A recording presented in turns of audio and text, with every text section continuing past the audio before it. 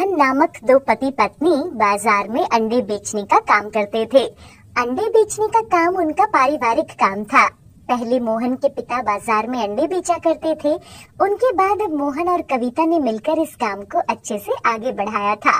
मोहन के पास बहुत सारी मुर्गियां थी, जिस कारण उसे कभी भी बाहर से अंडे मंगवाकर बेचने की जरूरत नहीं पड़ी और उसको अच्छा खासा मुनाफा होता था। मोहन और कविता मुर्गियों का बहुत अच्छे से ख्याल रखते थे और दोनों मिलजुल कर अंडे की दुकान चलाते थे। मोहन की माँ उनके बच्चों के साथ घर पर रहा करती थी। एक दिन मोहन देखता है कि उसकी दुकान के पास एक और अंडे की दुकान खुल गई है। अरे कविता, वो देखो, किसी ने अंडे की दुकान खोली है। हाँ, लेकिन इनको गांव में तो मैंने पहले कभी नहीं देखा। लगता है गांव में नए आए हैं। चलो, हमें क्या, हमारे ग्राहक हमेशा हमसे ही अंडे लेते हैं और आगे भी हमसे ही लेते रहेंगे। वो अंडे की दुकान मदन नामक आदमी की थी, जो कुछ समय पहले ही अपनी पत्नी के साथ शहर से आया था। मदन देखता है कि सभी लोग अंडे लेने सामने मोहन के पास जा रहे थे और उसके पास कोई भी अंडे लेने नहीं आ रहा था। लगता है मुझे कुछ करना होगा ताकि लोग मुझसे ही अंडे लेने आए। मदन अपनी दुकान के बाहर 5 रुपए के 2 अंडे लिख देता है और बाजार में घूमते हुए लोग जब उसे देखते हैं, अरे भाई, वो अंडे वाला 5 रुपए के 2 अंडे बेच रहा है और मोहन तो 5 रुपए का बस एक ही अंडा बेचता है।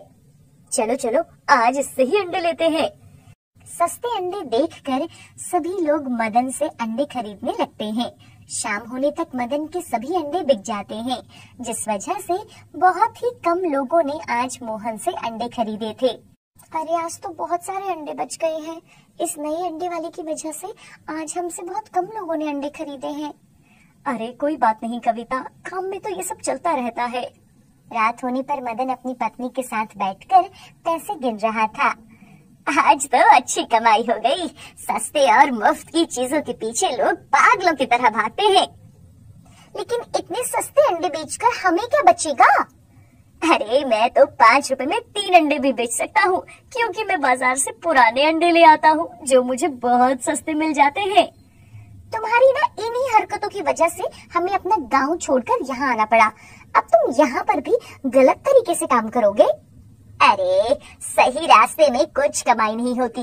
वैसे भी मैं बस अंडे ही तो खरीद कर बेच रहा हूँ। और वो वहाँ से उठकर चला जाता है। अगले दिन मदन और मोहन दोनों अपनी दुकान खोलते हैं। सभी लोग मदन के बजाय आज मोहन से ही अंडे खरीदते हैं।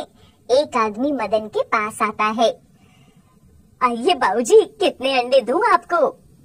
अरे, मैं कल यहाँ से 10 अंडे लेकर गया था, उसमें से 5 अंडे तो खराब ही निकले और बाकी के 5 अंडे ये लो और मुझे मेरे पैसे वापस दो। अरे बाबूजी, शायद गर्मी से खराब हो गए होंगे। आज तक मोहन भाई ने मुझे एक अंडा भी खराब नहीं दिया। सस्ते के लालच में मैं यहाँ गया था। और मदन उसके पैसे वापस कर देता है। इसी तरह बहुत से लोग मदन के पास आते हैं और उसे बहुत खरी खोटी सुनाते हैं। अब सभी मोहन से ही अंडे खरीद रहे थे और शाम होने से पहले ही उसके सारे अंडे बिक जाते हैं। देखा कविता, आज हमारे सारे अंडे बिक गए। तुम बेवजह ही परेशान हो रही थी। दूसरी तरफ मदन से किसी ने भी अंडे नहीं खरीदे। जब तक ये मोहन यहाँ अंडे बेचता रहेगा, तब तक मेरे से कोई अंडे नहीं खरीदेगा। मुझे इसका कुछ न कुछ करना ही होगा। रात होने पर मदन मुर्गियों के घरों में आग लगा देता है, जिस वजह से मोहन की सभी मुर्गियाँ मर जाती हैं। अरे, यहाँ आग कैसे लग गई? मैं थोड़ी देर पहले ही तो मुर्गियों को दाना डाल कर गया था। इस हादसे के कारण मोहन और उसके परिवार को बहुत बड़ा झटका लगा था। कविता, ये हमारा पारिवारिक काम था। इसके अलावा तो मुझे और कोई काम नहीं आता। अब हम क्या करें? क्यों ना आप बाकियों की तरह बाहर से अंडे लाकर बेचो। नहीं कविता, अंडे की स्वच्छता के कारण ही लोग हमसे अंडे खरीदने आते थे। अगर अब वो ही नहीं रहेगी तो इतने सालों से जो हमने नाम कमाया था, सब मिट्टी में मिल जाएगा। तो अब हम क्या करेंगे? ऐसे ही सोचते सोचते बहुत दिनों तक वो अपनी दुकान नहीं खोलते और इसका फायदा मदन उठाता था। वो अब अंडे तो अच्छे लाता था, लेकिन महंगे दामों पर बेचता था। मजबूरी में लोग उसी से अंडे खरीदने लगते हैं। दूसरी तरफ जहाँ मुर्गियाँ रहती थी वहाँ बहुत से पौधे उगने लगे थे। कविता, तुमने ये किस चीज के पौधे लगाए हैं? मैंने तो यहाँ कुछ भी नहीं लगाया, ये खुद ही उग गए हैं। न जाने क्या उग रहा है यहाँ। मोहन अपनी मुर्गियों से बहुत प्यार करता था, इसलिए वो पूरा दिन वहीं बैठा रहता था। आप कब तक घर पर ऐसे ही बैठे रहोगे? माँ जी की दवाई और बच्चों के स्कूल की फीस भी तो देनी है। तुम चिंता मत करो, मेरे पास जो पैसे हैं मैं कल बाहर बाजार से ही अंडे खरीद लाऊंगा। वो मदन अंडे वाला लोगों को बहुत महंगे दाम पर अंडे बेच रहा है। सभी लोग मेरा इंतजार कर रहे हैं। अगली सुबह जब मोहन अपनी मुर्गियों के खेत में जाता है तो वो देखता है कि सभी पेड़ पहले से बड़े हो गए हैं और उन पर कुछ अंडे की तरह दिखने वाला फल लगा हुआ था। ये क्या हो सकता है? वो उसे जब पौधे से तोड़कर देखता है, अरे ये तो बिल्कुल अंडे जैसा है। अंडे जैसा नहीं, ये अंडा ही है। अरे ये आवाज कहाँ से आ रही है? हम सभी जादुई पौधे हैं जो तुम्हारी मुर्गियों से बने हैं। ये सभी अंडे असली हैं। पौधे को बोलता देख वो घबरा जाता है। क्या क्या ये खाने लायक है? ये बिल्कुल वैसे ही है जैसे पहले हुआ करते थे और हम मुर्गियों की तरह ही रोज तुम्हें अंडे दिया करेंगे। मोहन वहाँ से कुछ अंडे तोड़कर घर लाता है और उन्हें उबालकर खाता है। कविता, तुम भी ये खाकर देखो। ये तो वैसे ही अंडे हैं जैसे हमारी मुर्गियां दिया करती थी। मोहन कविता को सारी बात बताता है और वो खेत से सभी अंडे तोड़कर अपनी दुकान पर बेचने लगता है। मोहन को देखकर सभी लोग वापस उसी से अंडे खरीदते हैं और मदन के पास से कोई अंडे नहीं लेता था। अरे ये फिर से आ गया, लगता है ये मुर्गियां ले आया होगा। आज रात उनका भी काम तमाम कर दूंगा। रात होने पर मदन फिर से उसी खेत में जाता है। अरे यहाँ तो कोई मुर्गी नहीं दिख रही, इसने तो यहाँ पौधे लगा रखे हैं। तभी मदन को पौधे अपनी शाखाओं में जकड़ लेते हैं। अरे अरे ये क्या है? अरे कोई मुझे बचाओ। तभी वहाँ मोहन आ जाता है। मदन, तुम यहाँ क्या लेने आए थे? घबराहट में मदन मोहन को सारी बात बता देता है। मुझे माफ कर दो मोहन, मैंने ही तुम्हारी मुर्गियों के घरों में आग लगाई थी। मुझे माफ कर दो, मैं तुम्हें अपनी शक्ल कभी नहीं दिखाऊंगा। मोहन के बोलने पर पौधे उसे छोड़ देते हैं। मदन दुम दबाकर वहाँ से भाग जाता है और अपनी पत्नी के साथ गांव छोड़कर वहाँ से वो चला जाता है। इसके बाद मोहन और कविता का काम अच्छे से चलता रहता है। मोहनपुर गांव में तुकीराम नाम का एक गरीब किसान रहता था। वो अपनी बीवी राधा और एक छोटे बेटे के साथ रहता था। धन संपत्ति के नाम पर उसके पास एक छोटा सा खेत था जहां वह मटर की खेती किया करता था। तुकीराम हर सुबह हल लेकर खेत की तरफ निकल जाता था। खेती से जो कुछ भी फसल होती थी उसे वह शाम में बेचकर जैसे तैसे अपना गुजारा करता था। दूसरी तरफ तुकीराम के घर के बगल में कालूराम का घर था। वह एक चरवाहा था। कालूराम के पास 2 बकरियां थी जिससे वह कमाई करता था। कालूराम बड़ा धूर्त और आलसी आदमी था। अपनी आलस की वजह से कालूराम ने अपने खेत को बर्बाद कर दिया था, इसलिए वह तुकीराम की मेहनत से जलता था। तुकीराम के खेत में उगी फसल को देखकर कालूराम को खूब जलन होती थी, इसलिए धूर्त कालूराम हर रात में चुपके से अपनी दोनों बकरियों को उसके खेत में छोड़ आता था। रात भर में बकरियां मटर की फसल को खाकर खराब कर देती थीं। अगली सुबह जब तुकीराम उठकर खेत जाता तो कुछ ही फसल सही सलामत रहती थी। हे भगवान, हे मोरी फूटी किस्मत, मेरी फसल कौन बर्बाद कर रहा है? तुकीराम बची कुची फसल को ही बाजार लेकर जाता था और उसे बेच देता था। उसके बदले में उसे बहुत कम पैसे मिलते थे। दूसरी तरफ कालूराम को ये सब देखकर बहुत खुशी होती थी।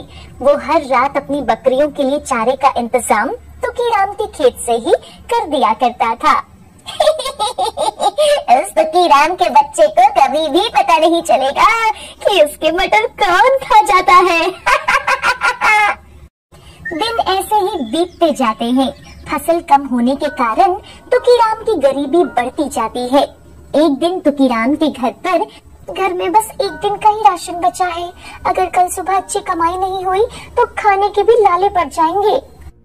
राधा, भगवान जाने हमारे खेत पर किसकी बुरी नजर है। अभी जो कुछ भी है उसे पका लो, कल से मैं कुछ देखता हूँ। इतना सुनकर राधा घर में बचे कुचे राशन से खाना बना देती है। जैसे ही वे सब खाने के लिए बैठते हैं कि तभी उसके दरवाजे पर खटखटाने की आवाज आती है।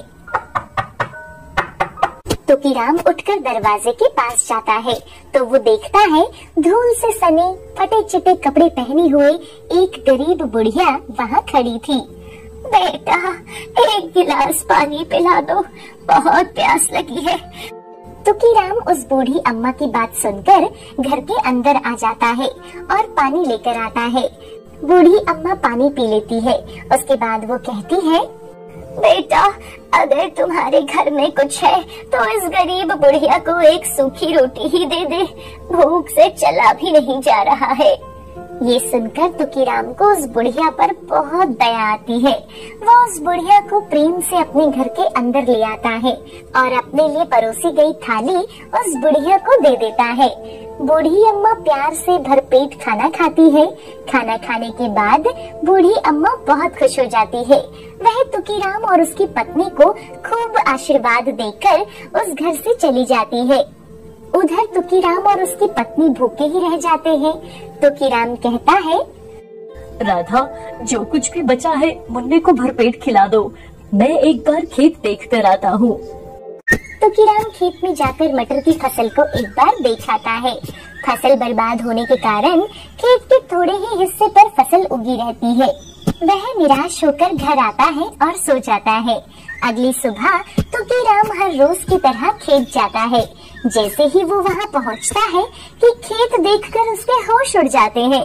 पूरे खेत में मटर की हरी भरी फसल लहराती रहती है। ये देखकर तुकीराम खुशी से उछल पड़ता है। वह खुशी के मारे नाचने लगता है। भगवान, ये तो चमत्कार ही हो गया।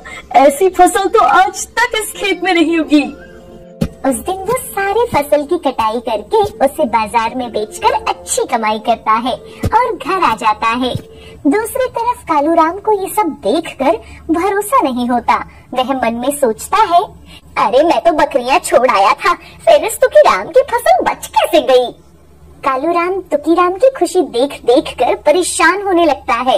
दूसरी तरफ तुकीराम का खेत हर सुबह अपने आप मटर की फसल से भर जाता है।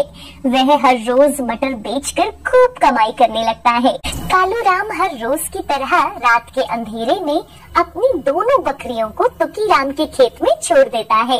इसके बाद वह अपने खेत में टहलने लगता है। तभी अचानक से उस खेत के बीच से बहुत तेज रोशनी होती है। उस रोशनी को देखकर कालूराम डर जाता है और थोड़ा पीछे छिपकर देखने लगता है। वह रोशनी धीरे धीरे कम होती है और उस जगह एक सुंदर सी परी आ जाती है। वह परी अपनी जादुई छड़ी घुमाती है कि तभी उस छड़ी से गोल गोल मटर के दाने निकलने लगते हैं। वो सभी दाने हवा में उड़ते हुए पूरे खेत में फैल जाते हैं और देखते ही देखते जमीन के अंदर चले जाते हैं। उनकी जगह पर खूब सारे मटर के दानों से भरी लताएं उगाती हैं। उन फसलों के बीच वह परी खुशी से नाचने लगती है। ये सब देखकर कालूराम को अपनी आंखों पर भरोसा ही नहीं होता। उसके मन में लालच आ जाता है।